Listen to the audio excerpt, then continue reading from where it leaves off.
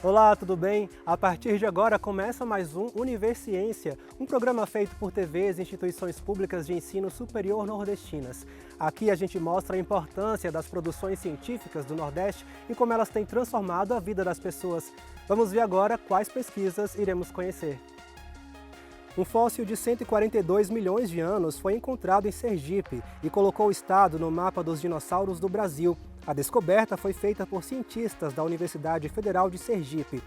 Pesquisadores comprovam a viabilidade para a produção do milheto, que é utilizado principalmente na alimentação animal, mas já começou a ser introduzido na dieta humana.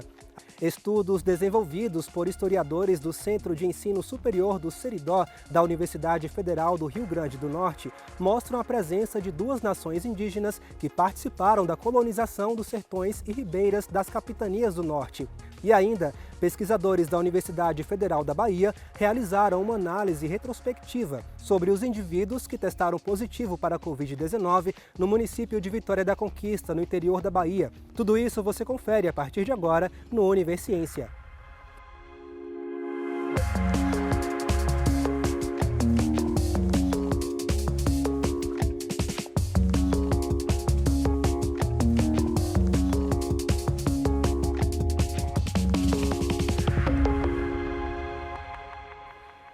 Um fóssil de apenas 2 centímetros, com características dentárias na forma e na textura, colocou Sergipe no mapa dos dinossauros do Brasil. Trata-se do primeiro registro documentado deste tipo no estado.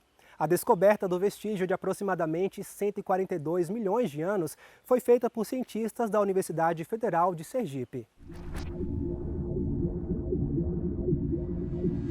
A primeira pista que me trouxe a esse local, aqui no Alto de Japoatã, Baixo São Francisco, foi um artigo de 1936 que pontuava a ocorrência de alguns fósseis nessa região, bivalves, restos de concha, material vegetal. A partir dessa pista eu passei a vir aqui 2 ou 3 vezes por mês, por morar aqui na cidade de Japoatã, e coletei alguns materiais fósseis, restos de escamas, ossos fragmentários, alguns restos vegetais e alguns dentes. Todo esse material foi levado para o Laboratório de Paleontologia da Universidade Federal de Sergipe para realizar a identificação, classificação e catalogação, e foi aí que nós descobrimos a primeira ocorrência de dinossauro aqui em Sergipe. O Laboratório de Paleontologia da UFES existe desde 1978, onde vem se destacando desde então com pesquisas na parte marinha da nossa bacia, descoberta de uma diversidade de grupos, dentre o filo molúsculo, braquiópodes, crustáceos, foraminíferos, ostracodas. E mais recentemente, a partir de 2014, a gente vem fortalecendo pesquisas na parte continental da bacia, que culminou com a descoberta, o primeiro registro de dinossauros na nossa bacia, no nosso estado. E como identificamos esses fósseis? Fazendo comparações com outros fósseis já conhecidos na literatura paleontológica, com base na forma, no tamanho, na textura. E isso permitiu constatar que se tratavam de dentes de dinossauros que viveram há aproximadamente 142 milhões de anos. Se trata de um fóssil pequeno, com aproximadamente 2 centímetros de altura por meio centímetro de largura. Apesar do pequeno tamanho, ele apresenta características específicas de seu formato que nos permitiram identificá-lo como pertencente à família dos espinosaurídeos. Entre essas características, eu posso citar o grau e a direção da curvatura que o dente forma, além de uma ornamentação chamada de flautas, presente na coroa do dente. Essa descoberta não só colocou o estado de Sergipe no mapa do Brasil entre aqueles que têm dinossauros fósseis, como também foi um importante achado por ter sido o fóssil de espinosaurídeo mais antigo da América do Sul. Esses fósseis também estão sendo preparados no laboratório do Progeologia. A preparação ela vai ocorrer com a retirada do sedimento em que o fóssil foi depositado e, posteriormente, nós vamos fazer a identificação, que por serem macrofósseis, que são fósseis de um tamanho maior, ele fica fácil a identificação sem microscópio ou algum material mais específico. Então, nós podemos utilizar lupa ou identificar até a olho nu. Desde 2012, o Progeologia vem estudando aqui o Alto de Japoatã, inicialmente com foco voltado para a geologia de reservatório, onde esses afloramentos nos ajudam a entender o comportamento dos reservatórios que acontece aqui na bacia Sergipe-Alagoas, em subsuperfície. A partir dessas novas descobertas fósseis, isso potencializa a abertura de novas linhas de pesquisa para o laboratório, uma vez que essas descobertas são peças de um quebra-cabeça que ajudam a remontar a paleogeografia de épocas longínquas aqui dessa região.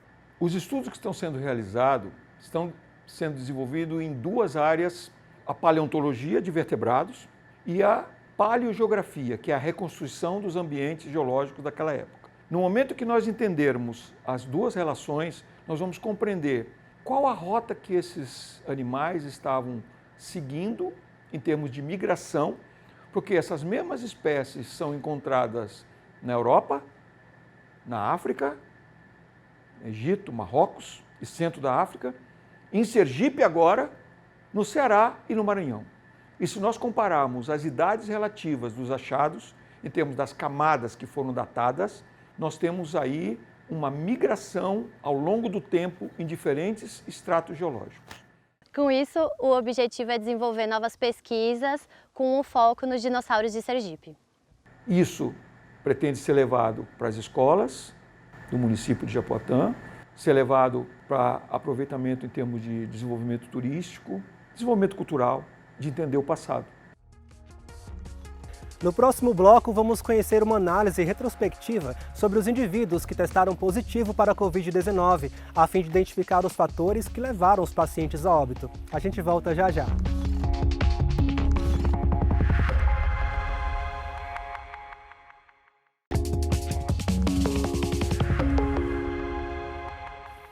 Estudos sobre a conquista e a colonização dos sertões e ribeiras das capitanias do norte do Brasil evidenciam a presença de duas importantes nações indígenas. Apesar de terem dominado consideráveis porções territoriais, ainda há pouco conhecimento acerca das etnias que as integravam e os espaços em que habitaram.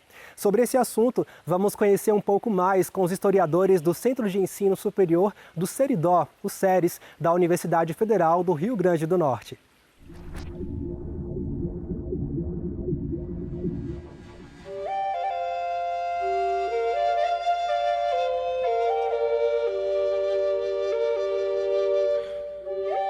Muitos dos estudos sobre a conquista e colonização dos sertões e ribeiras das capitanias do norte evidenciam a presença de duas importantes nações, Tarariú e Cariri. Apesar de terem dominado consideráveis porções territoriais, ainda há pouco conhecimento acerca das etnias que as integravam e os espaços em que habitaram. O objetivo é esse, né? Compreender melhor a ação dos Tarariú nesses sertões e também ver também se os Cariri também atuaram aqui. Você tem que lançar mão de várias tipologias de fontes.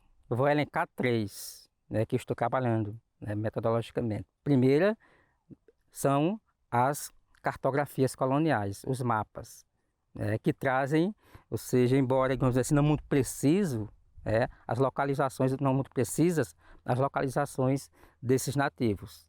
Essa é a primeira fonte. Cartografia, nos mapas mais antigos possíveis.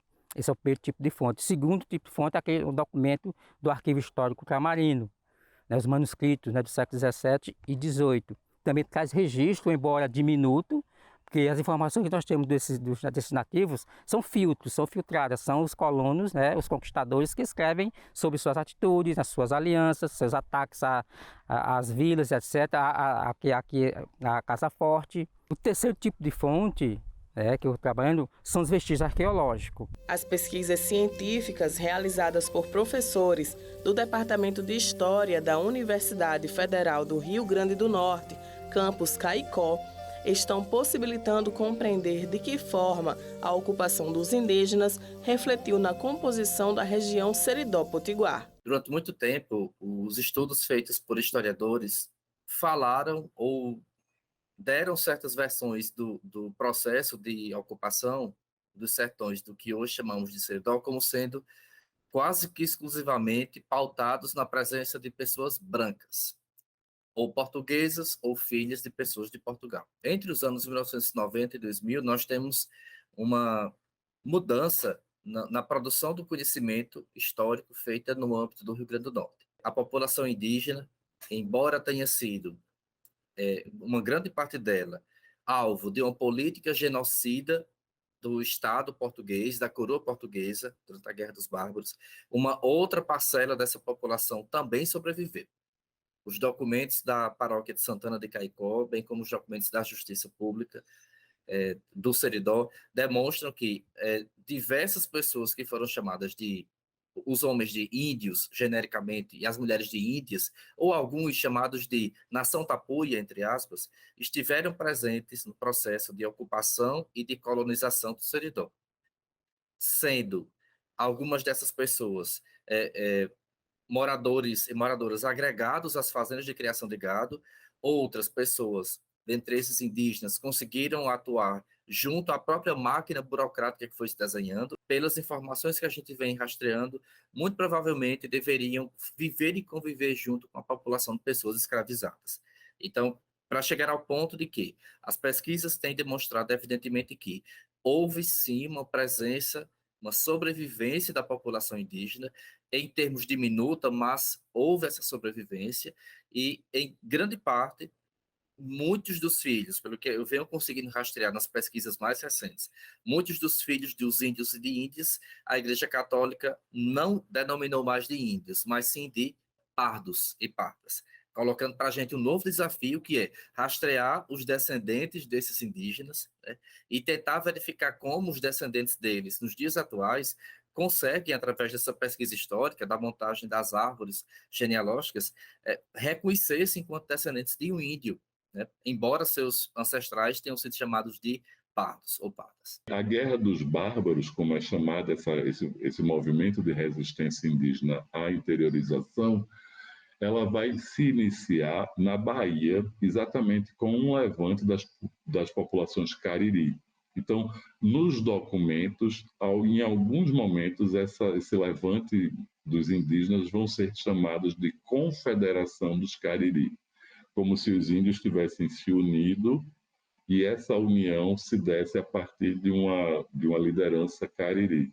Só que nem houve uma união, não houve uma coalizão de grupos indígenas diferentes lutando contra o inimigo comum, e não foram só os cariri. Um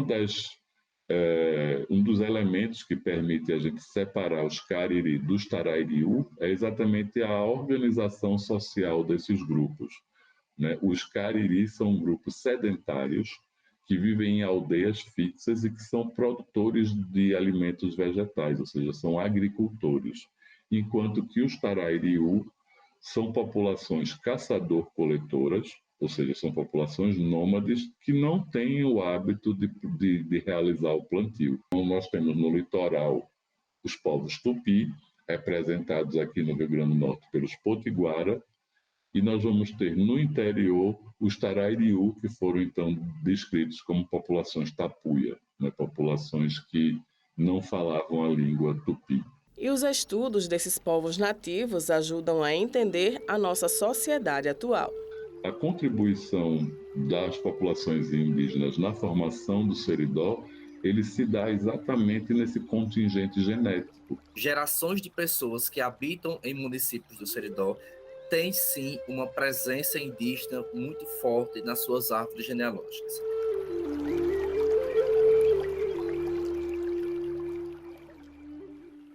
Pesquisadores da Universidade Federal da Bahia, campus Anísio Teixeira, em Vitória da Conquista, realizaram uma análise retrospectiva sobre os indivíduos que testaram positivo para a Covid-19 na cidade. A proposta era identificar os fatores que levaram os pacientes a óbito. As pesquisas mostraram que grande parte das mortes foi de pessoas do sexo masculino, com carga viral mais alta e comorbidades. Conheça agora essa pesquisa. O nosso trabalho foi uma análise retrospectiva dos pacientes positivos para a Covid em Vitória da Conquista. Então, basicamente, o que aconteceu? A partir do momento que a gente teve a pandemia estabelecida aqui no nosso município, a UFBA ela fez uma colaboração com a Prefeitura e com a CEM Municipal, onde a gente fez uma colaboração para fazer o diagnóstico molecular. E aí, dentro dessas amostras do diagnóstico molecular, a gente traçou um perfil dessa população que foi positiva para a Covid do período de 2020 até o final de 2021. Então foram mais ou menos 783 pacientes que foram analisados. Cerca desses pacientes, cerca de 40% foram a óbito. A grande maioria foram de pacientes que tinham sintomas mais graves, de moderado a mais grave, cerca de 450 pacientes, e os outros pacientes eram pacientes ou assintomáticos, cerca de 50% a 60% dessa população, e também pacientes que tiveram sintomas leves. Então, o que a gente fez? A gente fez um perfil dessa população epidemiológico e tentou relacionar quais foram os principais fatores que levaram à morte desses pacientes. O mais importante é a gente conhecer o perfil da população de Conquista, porque quando a gente pega os grandes estudos, a maioria dos grandes estudos são feitos com capitais. Então você tem em São Paulo, você tem em Salvador, Belo Horizonte, Rio de Janeiro. Agora, uma cidade que tem de médio a grande porte no interior da Bahia, a gente não tem esse dado. Então a gente conseguiu compilar todos esses dados e ter um panorama do que aconteceu no boom da nossa pandemia aqui na nossa cidade. Então a gente analisou que principalmente homens, principalmente indivíduos que tinham comorbidades como diabetes, como tinham hipertensão, e principalmente pessoas que tinham carga viral alta. Então, quando a gente faz o diagnóstico molecular, a gente consegue saber quanto de vírus que tem. Então, aqueles indivíduos que tinham uma carga bastante alta foram indivíduos que tiveram uma pretensão à morte. Além disso, como a gente tinha as amostras, a gente quis traçar um perfil genético da parte da inflamação. E aí a gente comparou esses grupos com diferentes perfis da infecção e principalmente comparando com o perfil que foi a morte. E a gente viu que esse grupo que foi a morte, ele também tinha uma outra coisa, que era a questão da inflamação. A inflamação dele estava muito aguda, e aí esse também foi um outro propósito que pode ter levado a esse perfil de morte desse paciente. E a última coisa que a gente fez foi justamente traçar quais eram as variantes que estavam circulando no município. E a gente fez então um sequenciamento genético aqui, o pessoal da Fiocruz veio para cá para treinar a gente. E aí a gente fez o sequenciamento dessas amostras e a gente conseguiu perceber que basicamente Conquista é um reflexo do restante do país. Então, no momento que entrava uma variante no Brasil, que tinha a notícia da variante, cerca de quase que 2 semanas depois a gente também já estava detectando essa variante. E provavelmente porque a Vitória da Conquista, por ter o aeroporto, por ter transporte rodoviário muito próximo, é uma cidade de passagem, isso pode ter facilitado, então, com que essa transmissão globalizada, o que a gente via no mundo, via no Brasil, via em Conquista também, estava acontecendo. A partir do momento que você sabe qual é o perfil, você já começa a tomar medidas preventivas para você tratar aquele grupo como um grupo especial. Não especial, mas um grupo que precisa de atenção maior. Então, sempre que tem uma infecção, por exemplo, no Zika, a gente já tinha atenção com as grávidas, aqui na Covid a gente tinha atenção principalmente aos idosos, ao pessoal que tinha comorbidade. Então, esse perfil sempre é importante para a gente entender qual é o grupo que é mais afetado. A epidemia foi algo muito complexo para a gente, principalmente para a ciência. A gente teve que se readaptar a muita coisa. Então, por exemplo, aqui no Instituto a gente trabalhava com outras infecções, mas não trabalhava com Covid. A gente teve que reaprender a trabalhar com isso, e aprender a trabalhar com sequenciamento, a trabalhar com várias outras técnicas, e isso já serve de suporte para uma próxima, que não aconteça uma próxima pandemia ou algum surto que a gente consiga mapear. Inclusive, fruto deste trabalho, a gente já está aplicando essa mesma tecnologia dentro do nosso grupo de pesquisa para outros vírus. Então, para dengue no nosso município, para Zika, uma professora do nosso grupo que trabalha com HTLV, e o mesmo modelo que a gente fez em Vitória da Conquista, a gente está replicando para Salvador. Então, o pessoal de Salvador tem mandado amostras para a gente fazer o sequenciamento para eles. Nesse trabalho, que foi publicado, tem quase 30 pesquisadores envolvidos, desde uma grande parte daqui da UFBA, que alunos de pós-graduação, principalmente, professores, mas a gente tem a parceria da Fiocruz, do pessoal da USP, da Unesp, do município, da prefeitura, né? Eles entraram como pesquisadores também, e o pessoal do LACEN municipal também. Ele foi publicado na Viruses, que é uma revista de alto impacto na área de virologia. É uma revista que tem uma boa disseminação de dados, inclusive olhando as métricas do artigo, o artigo foi publicado há pouco tempo, mas ele já foi acessado por vários pesquisadores no mundo todo, então justamente porque esses dados são de Covid, principalmente, são de grande interesse mundial. No próximo bloco a gente conhece o milheto, um grão que é utilizado principalmente na alimentação animal, mas que já começou a ser introduzido na dieta humana. A gente volta já já.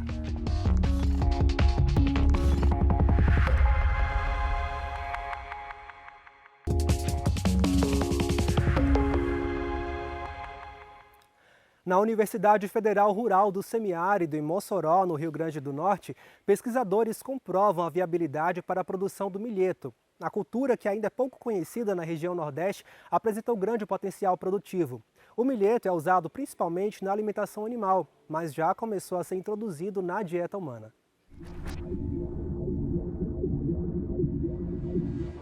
É nessa área, no campus do IFRN de Apodi, que pesquisadores da UFES estão analisando o potencial do milheto no semiárido.